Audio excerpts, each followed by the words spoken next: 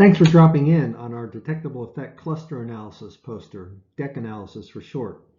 I'm Dave Ennis, CSO of Origin Data Sciences. One of the likely reasons for the failure of ALS drug trials is heterogeneity within the clinical trial population.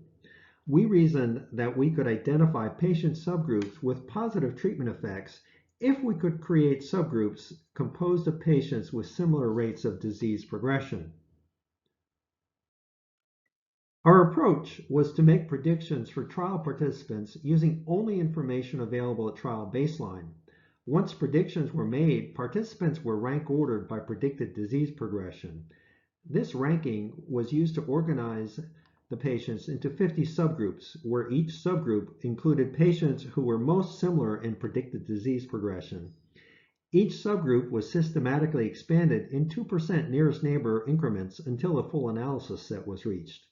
The subgroups were plotted in a matrix and a statistical analysis of each subgroup was performed. The first data panel is a simulation using 300 randomly selected patients from PROACT. We're usually most interested in the final results, the p-values plotted in panel D. Panels A through C dissect the experiment with the underlying statistics for the same subgroups plotted in panel D. We obtained the Ceph triaxone dataset from NINDS and subjected half of the treatment group to DEC analysis in order to generate a hypothesis that we would then test in the remaining half of the treatment group.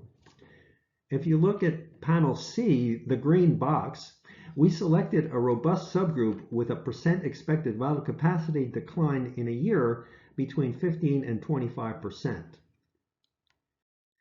In row E, we confirm the statistical significance of this subgroup in the test set, thus providing a proof of concept that a subgroup identified in one trial could be found in a second trial.